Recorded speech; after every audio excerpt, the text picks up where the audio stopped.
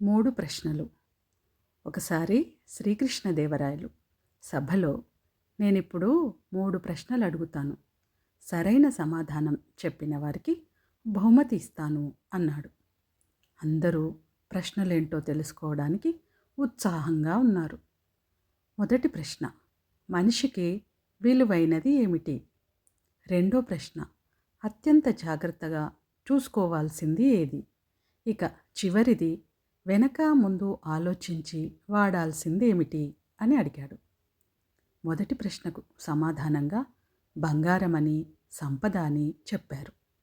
ఇల్లు, పంటలు అని రెండో దానికి జవాబిచ్చారు. మూడో ప్రశ్నకు నిప్పు అంటూ తోచింది చెప్పారు. కానీ అవేవి దేవరాయలకు నచ్చలేదు. దాంతో తెనాలి రామలింగాన్ని పిలిచి, నీకు జవాబులు తెలియదా అన్నారు.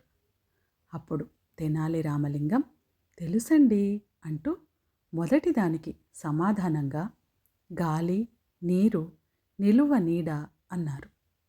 అదెలా అడిగారు దేవరాయలు. అవి లేకుండా బతకలేము. ఉచితంగా వస్తున్నాయి కాబట్టి వాటిని లెక్క చేయట్లేదు. మనిషి బతికి ఉండటానికి అత్యంత విలువైనది అవే అన్నాడు రామలింగడు. మరి రెండవది అడిగాడు దేవరాయలు. ఆరోగ్యం. ఒక్కసారి మనకు ఆరోగ్యం సమస్యలు చుట్టుముడితే కానీ దాని విలువ అర్థం కాదు. అందుకే ఆరోగ్యాన్ని జాగ్రత్తగా చూసుకోవాలి అన్నాడు. ఇక ఆలస్యం చేయకుండా మూడో దానికి జవాబేంటో చెప్పు అన్నాడు దేవరాయలు. మాట ప్రభువు అన్నాడు. ఎలాగా అన్నాడు దేవరాయలు. ఏంటి నన్నలా ప్రశ్నిస్తున్నారు? ఎంత ధైర్యం మీకు అన్నాడు రామలింగడు. నాకే ఎదురు మాట్లాడతావా? ఇతన్ని కారాగారంలో బంధించండి అని ఆదేశించాడు రాజు.